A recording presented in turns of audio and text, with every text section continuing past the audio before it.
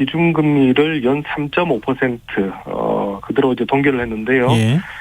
지금 이렇게 되다 보니까 이제 4차례 연속 금리를 동결을 하고 있습니다.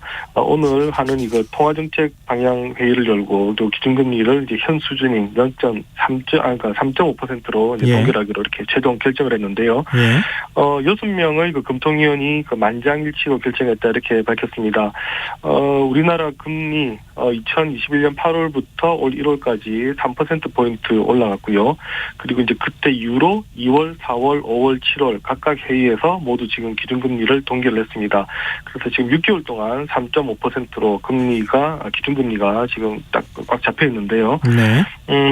현재 그 미국과의 금리 차가 1.75%포인트 그대로 유지가 됩니다. 네. 그런데 이제 이달 말에 연준이 아마 0.25%포인트 금리를 올릴 것으로 제가 예상이 되는데요. 네. 이렇게 되면 이번 달 말에는 한미 간의 기준금리 격차가 2.0%포인트까지 벌어질 가능성이 큽니다.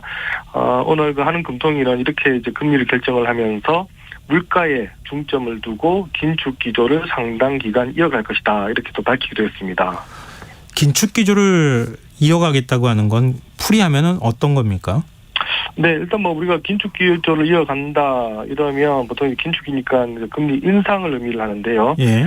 일단 현재 지금 3.5%포인트 자체가 높기 때문에 이 상태를 그대로 우리가 유지해 간다라는 뜻으로 이제 보시면 될 것 같습니다. 네. 일단 뭐 이렇게 어쨌든 높은 수준에서 금리를 계속 유지하는 이유 그러면서도 오늘 이제 동결을 한 이 배경을 먼저 봐야 될 것 같은데요. 네. 일단 그 소비자 물가 상승률이 21개월 만에 어쨌든 지표적으로는 2%대로 내려왔던 점이 하나가 있고요. 예. 그리고 또 이제 한미 간 기준금리 격차가 역대 최대인 1.75%포인트까지 벌어졌지만 네. 이 원달러 환율이 생각보다 안정되고 있다라는 흐름 이런 것들이 이제 굳이 금리를 안 올려도 되겠다라는 지금 생각을 한 것 같습니다. 또 하나는 최근에 이제 우리 그 경기가 좋지 못하는 상황 이런 상황에서 이제 금리를 올렸을 때 우리 경제가 영향을 받을 수 있는 부분도 고려를 했다 봐야 되고요. 네. 또 하나는 최근에 보니까 가계부채가 이제 다시 이제 그 증가하고 있는 이제 이런 부분들이 있는데, 예. 그래서 사실 이제 오늘 금통위는 좀 고민을 많이 했습니다. 가계부채가 증가를 하니까 그러면 또 금리를 좀 올려야 되는 것 아니냐, 네. 이런 고민을 좀 했습니다만. 여기에 대해서 또 하는 총재가 이제 이런 얘기를 했습니다. 지금 상황에서는 그 가계부채 증가에 대해서는 좀 정교한 대책이 필요한 상황이다라고 얘기를 했는데요. 이 말이 최근에 보니까 이제 가계부채 증가가 이제 그 주택담보대출 중심으로 좀 증가를 하고 있는데요. 네. 이 상황에서 좀 단기적으로 이제 급격하게 금리를 가지고 잡으려고 하면 의도치 않은 부작용이 생길 수 있는 가능성이 있다 이렇게 언급을 했는데 최근에 그 새마을금고 사태, 네. 그리고 역전세 사태, 그리고 이제 부동산 프로젝트 파이낸싱 사태 이게 지금 그 전반적으로 금리가 높다 보니까 생기는 현상인데 대출 잡자고 이제 금리를 올리다 보면 이런 쪽에서 좀 문제가 생길 수 있어서 우리는 또 금리를 올리지 못했다. 이렇게 또 설명을 했습니다. 말씀 들어보니까 동결해야 할 이유는 여러 가지인데 올려야 할 이유는 가계부채가 제일 중요하게 네. 거론됐다 이런 건데 만약에 가계부채가 늘어나고 있는 상황에서 금리를 올리게 될 경우에는 이건 자칫 부작용으로 이어질 가능성이 있었다. 뭐 이렇게 판단했다는 거잖아요. 네, 가계부채만 잡기 위해서 올리기에는 역시 부담이 컸다 이제 이런 얘기인 거죠. 근데 자꾸 가계부채 얘기가 나와요. 가계부채가 자꾸 지금 한동안 좀 안정세를 보이거나 좀 가계부채가 오히려 줄어드는 양상으로 가다가 다시 늘고 있다고 그래요. 얼마나 늘고 있는 겁니까? 그러니까 오늘 한은이 가계부채에 대한 또 고민을 하고 있다라고 얘기할 정도로 지금 우리가 어떤 상황이냐 좀 봐야 될 것 같은데요. 네. 그 지난달 은행권의 가계대출이 1년 9개월 만에 지금 최대폭으로 늘어났고요. 그러면서 지금 3개월 연속 증가를 하고 있습니다. 한국은행 자료를 보니까 그 예금은행들의 그 가계대출 잔액이 보니까 6월 말 기준으로 1,062조 3천억 원인데요. 네. 이 한 달 전보다 5조 9천억 원이 이제 증가를 했습니다. 이게 2011년 9월에 6조 4천억 원이 한 달 새 증가한 적이 있었는데요. 이때 이후에 지금 1년 9개월 만에 증가폭이 가장 컸다. 이렇게 보면 되는데, 네. 특히 지금 4월부터 지금 이렇게 지금 금리가 높은 상황임에도 불구하고 예. 계속해서 가계대출 총량이 지금 늘고 있습니다. 그래서 지금 어디서 늘고 있느냐 봤더니 일단은 지금 주택담보대출에서 지금 빠르게 늘고 있는데요. 네. 지금 주택담보대출에서 지금 증가하는 폭이 지금 상당히 빠르다. 지금 이런 얘기인데 6월 은행에 주담대는 약 한 지금 7조 원 정도 한 달 사이에 지금 늘어났습니다. 이런 증가폭 2020년 2월 한참 집값이 폭등하던 그 시기였던 2020년 2월 이후에 3년 4개월 만에 주택담보대출이 지금 큰 폭으로 늘고 있다. 지금 이런 얘기인데요. 그 주택담보대출이 늘고 있다는 게요. 집을 구입하면서 담보대출을 받은 것인지 아니면 얼마 전에 역전세 난 뭐 대책을 내놓은 적도 있었잖아요. 네. 그것 때문에 대출 받을 수 있는 금액이 더 커지는 바람에 더 늘어나는 건지 이유가 뭡니까? 네, 일단 첫째는 뭐 최근에 이제 많은 분들 느끼겠습니다만 집값이 좀 반등하고 있다는 얘기 나오고 있고요. 네. 그러면서 주택 거래량이 늘고 있습니다. 이 말은 주택을 구입하는 자금이 증가하고 있다.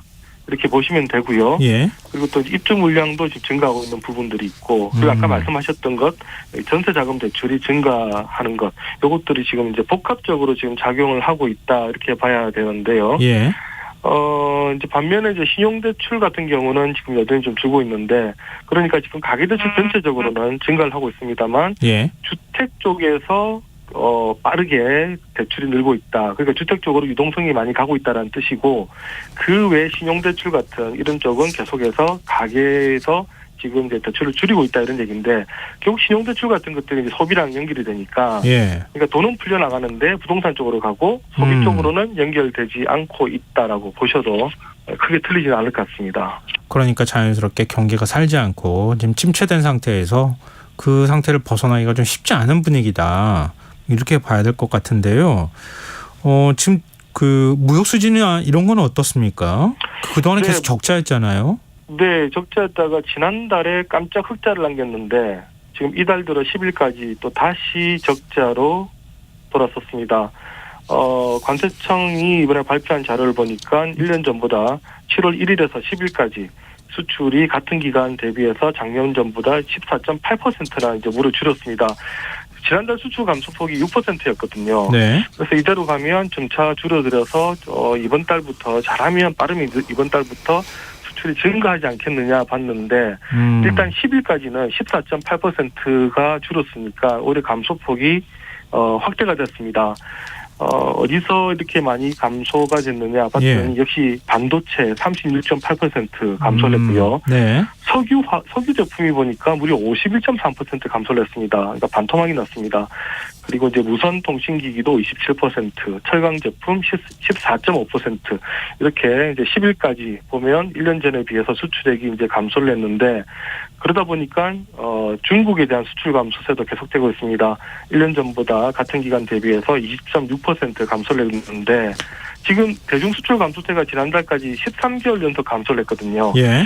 이런 식이라면 아마 이번 달에도 14개월 연속 감소하는 것이 거의 확실시 된다 봐야 되는데 이제 문제는 무역수지입니다. 이게 무역수지가 지난달 깜짝 흑자를 기록을 했는데 지금 10일까지는 보니까 또 무역수지가 22억 달러 다시 지금 또 적자로 돌아섰습니다. 그런데 결국은 이제 중국 경제가 좀 살아나줘야 우리 수출도 늘어난다 이렇게 얘기할 수 있을 것 같은데 중국 지금 디플레이션 위기라는 얘기가 나와요. 네, 지금 우리 정부가 기대를 하는 게 그래도 이제 중국 경기가 살면 우리 수출이 좀 나아질 것이다라고 보는데 예. 상황이 지금 또 조금씩 또 꼬여가는 것 같습니다. 생각보다 중국 경기가 좋지 않습니다. 지난달 중국의 생산자 물가지수 보니까 전년 동기 대비 5.4%가 하락을 했습니다. 그리고 소비자 물가 상승률이 0% 지금 떨어졌는데 이 말은 그만큼 지금 소비가 일어나지 않고 있다. 경기가 나쁘다라고 지금 이제 봐야 될 것 같고요.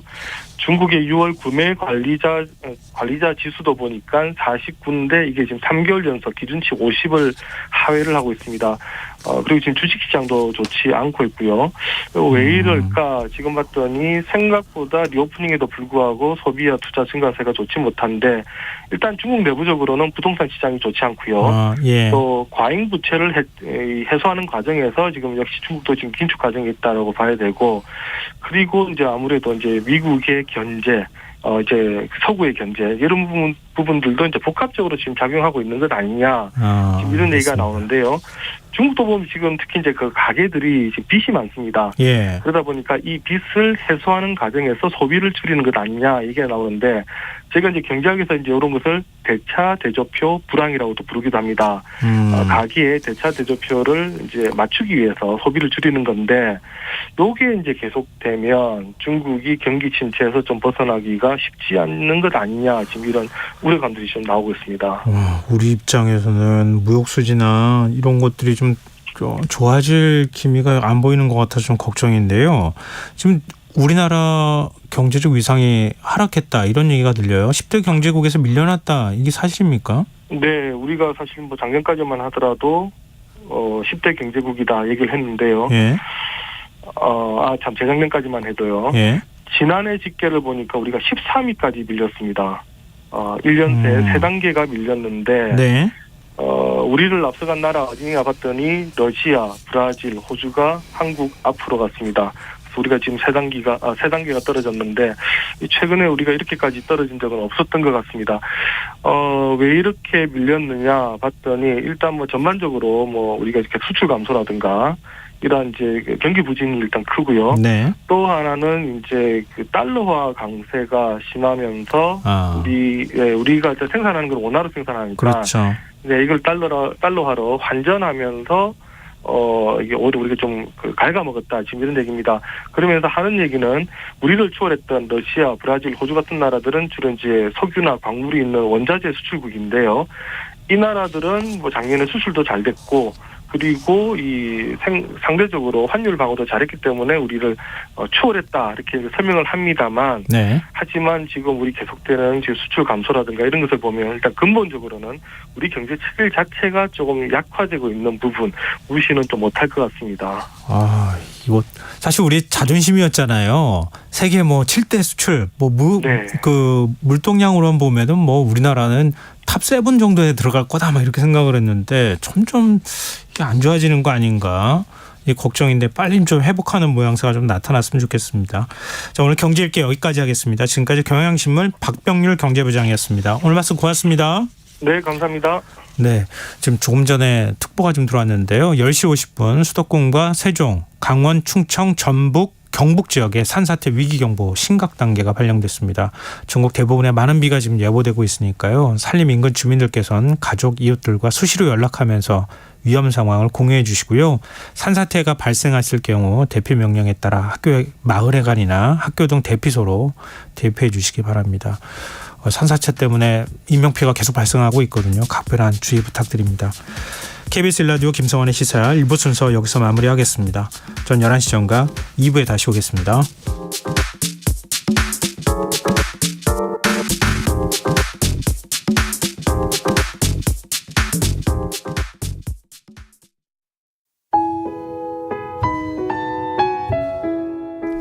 청취자 여러분, 위기가정을 찾아주세요.